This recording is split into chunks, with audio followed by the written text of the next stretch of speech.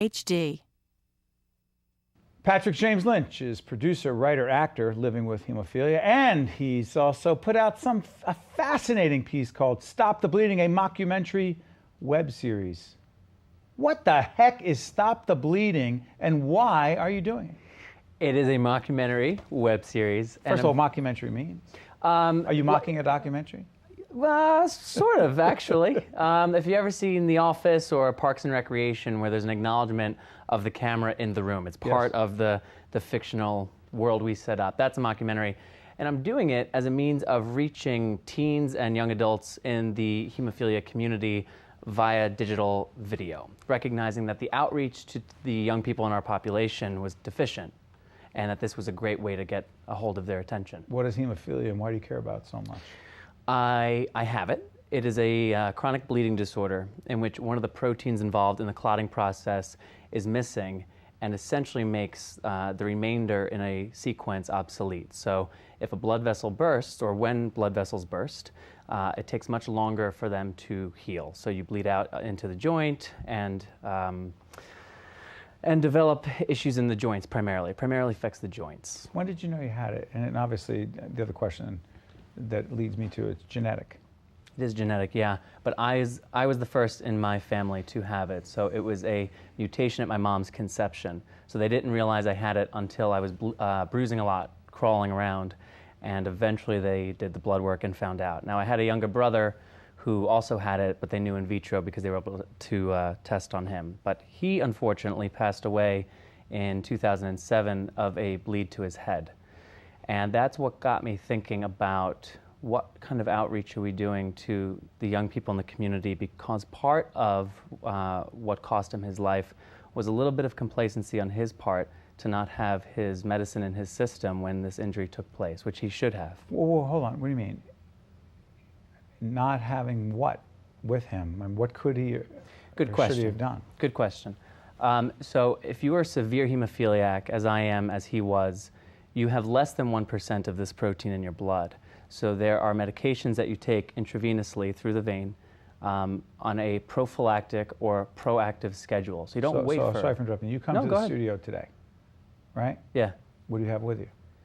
I don't have anything with me, but this morning before I left, I took this infusion so that my blood levels right now have a very high amount of the protein that I don't naturally produce.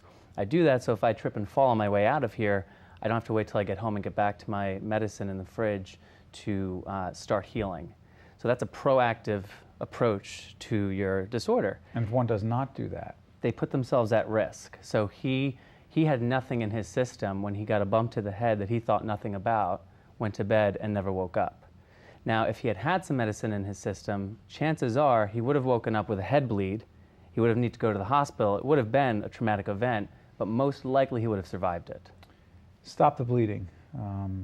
It's a powerful name, but more importantly, it's a powerful educational video series. We'll have the web information where people can find out more. Stop the Bleeding. Patrick has put it together, I was going to say with a bunch of colleagues, and then I realized you wrote it, you directed it, you produced it, and you star in it. So it's... Yeah, but as I'm sure you know, it takes an army. It always takes an army. It sure does. Stop the Bleeding, let's take a look, and then we'll talk about it right after this. Hi, my name is Bruce, and I was diagnosed with moderate type A hemophilia when I was 6. When I was growing up, I tried to forget the fact that I had hemophilia, and I have 2 daughters now, and they're both carriers. And I think it's important that we address hemophilia. This was a great way to do it with comedy, and had a great time today. Say how old you are. Hi, my name is Hannah. I'm 7 years old. I'm a carrier of hemophilia. And I'm a carrier of hemophilia. Because my dad has it. Because my dad has it. So those were community members that got involved in one of our episodes. And then we had them stick around to talk a little bit too about their experience with hemophilia. So that's what that was there. There's a lot of humor in this series. 100%. Why? Because there's not enough in the community. One of the obstacles that I had to overcome in getting this to fruition was that it's a serious disorder. It needs to be taken seriously. My response to that is I take it very seriously, and I take what happened to my brother very seriously, and I take a young generation of very healthy hemophiliacs Hemophilia acts in this country did not live to the age of 20 at the beginning of the 20th century. There wasn't the medicine to help the body maintain. It's only in the last, I'm 27, I don't have hepatitis, I don't have HIV. Most hemophiliacs, just 28, 29, are dealing with at least one of those. So we have this really healthy generation coming about, which is fantastic, except it can lead to complacency. They forget just how critical the disorder is. So rather than continue to be didactic and continue to put out rehashed versions of the same literature, using comedy to engage people on topics that are difficult to talk about. That's what we're doing. Now, you know, our producer, Georgette, who is one of her many talents, is bringing talented, smart people who are making a difference to us. But I'm so sorry that I'm the exception to that. well, that's what happens. You can't bat 1,000. But here's the thing. How else are you getting the message out, in all seriousness? Because that takes money. Bingo. So it's taken a long time to get Stop the Bleeding to where it is now, because I was demanding a lot of money to do it. If we were going to do it, we were going to do it right. I was going to hire professional actors, professional director, professional DP, professional sound people, professional editor, and drive traffic digitally. I know it costs a lot to run this TV series. I can imagine. So you're out there, corporate foundation money? It's a little bit piecemealed. It's primarily through pharmaceutical manufacturers. They all have grant departments. Oh, okay. So we are going after unrestricted educational grants that they give to us. And they would have an interest, why? They have to give a certain amount of money to educational endeavors, and we're sort of a hot new thing, and we're meeting a need that everyone recognizes exists, reaching young people in more effective ways. So I think they're giving us a shot. It's good stuff. And by the way, hopefully you will use this video as not just an educational tool, but as a fundraising tool.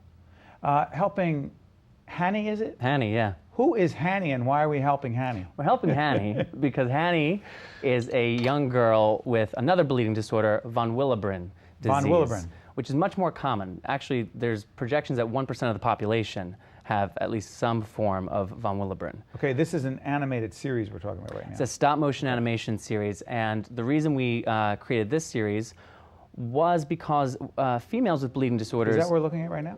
Yeah, so that's some of our designers' illustrations. This is a little bit of the making of. There's a tremendous amount that goes into a stop-motion animation piece. Wow. So almost as interesting to me as the product is the process that's gone into it and capturing that so that our audience can appreciate the amount of work that these designers have done. And what's the goal of this animated series once it's finished? To shine a bit more light on women with bleeding disorders. It's different. It's just a different social there's just different things going on. Yeah. What's different? How's it any different? There's image issues that are different. They're also a minority population within a minority population. So it's a voice that it's not nearly as strong a voice. A lot of the attention, the bleeding disorder, the advocacy, the materials out there, it's very male-oriented. So it can be ostracizing for a female. So we wanted to put something out there that was a lot of fun and different and high production value, stop-motion animation, that females could glom onto. But at the same time, it's funny. So just like Stop the Bleeding, you don't have to have hemophilia or von Willebrand to enjoy it. The entertainment component has been very important so that an at-large audience can enjoy it and maybe learn a little bit more about our community. You know you're making a difference. I'm trying. I was teasing before. Georgette is batting 1,000. Thank you. Appreciate you coming in. My pleasure. Patrick James Lynch, who is a producer, writer, and actor. He is in fact living with hemophilia, but he's trying to stop the bleeding. Little by little. We appreciate you being here, and you have an invitation to come back and give us an update down the road on how everything's going, okay? I'm going to hold you to that. Okay, keep it up. Thanks, Steve. Thanks. We'll be right back right after this. Very nice job. If you would like more information on this program, or if you'd like to express an opinion, email us at info@caucusnj.org. Visit us online at oneonone.org. Or find us on Facebook at facebook.com/Steve Adubato, PhD.